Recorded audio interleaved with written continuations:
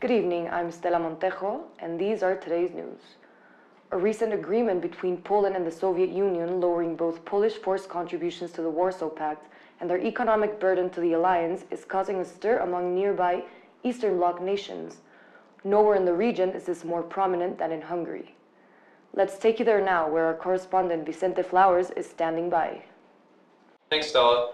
I'm reporting live from Budapest, where students across Hungary have reformed the banned Union of Hungarian University and Academy students.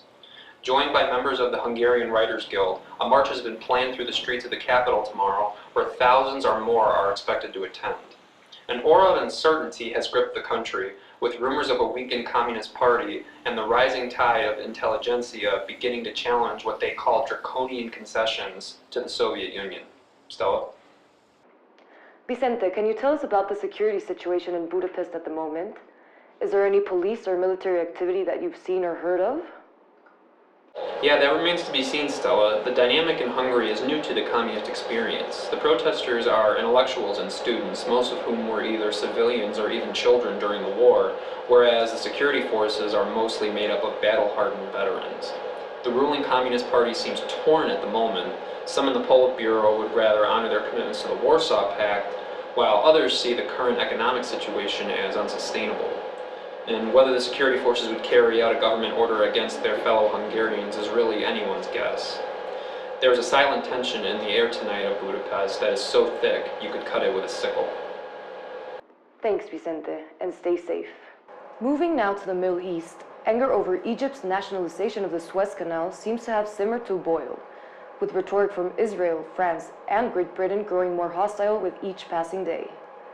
Egypt has promised that any act of aggression against her will lead to drastic political and economic consequences for any party involved. I had a chance to briefly speak with Egyptian General Anwar Sadat about the matter. Hello, General. It seems as though these hostilities all began when your president, Gamal Nasser, nationalized the Suez Canal just a few months ago. Knowing that you had an agreement with the British and the French regarding its control, why not rescind the order and return to the status quo? This is a most impossible outcome, not just for Egypt, but for all Arabs. We are no longer living under the yoke of colonialism. The colonies of Europe are falling all across Arabia, and you ask us, Egypt, the lion among Arabs, to grant Europeans a waterway that divides the Arabs of the East and the Arabs of the West. This is not an acceptable proposition. But you had a deal. Do international agreements mean anything to you? A deal you know very well was forced upon us, and we offered to pay for the rights of the canal, and the arrogant colonizers refused. What about Israel? Do you expect them to accept your dominance over a primary trade route so close by? The Zionist enterprise should consider trading for their homes back in the European countries from which they came.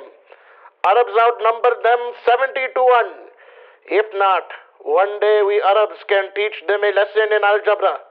We invented it. And what about the United States? What are your thoughts on their involvement in mediating the dispute? First and foremost, we would like to thank President Eisenhower for his attempt to mediate the dispute, and we very much would like to remind you, Stella, that it was the arrogance of the United Kingdom and France that prevented an agreement in the past. The American president is a military man. He understands even when his allies are wrong. He knows the Arabs have not chosen a side in his Cold War, and he knows the risks of drawing 100 million Arabs onto the other side. You mean the Soviet Union? I mean what I say, Stella. Well, I thank you for your time, General. Thank you very much.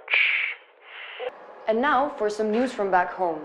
Cuban political refugees, including the infamous Castro brothers, released to Mexico in an asylum deal 2 years ago, are said to have joined forces with the notorious Argentinian revolutionary Che Guevara.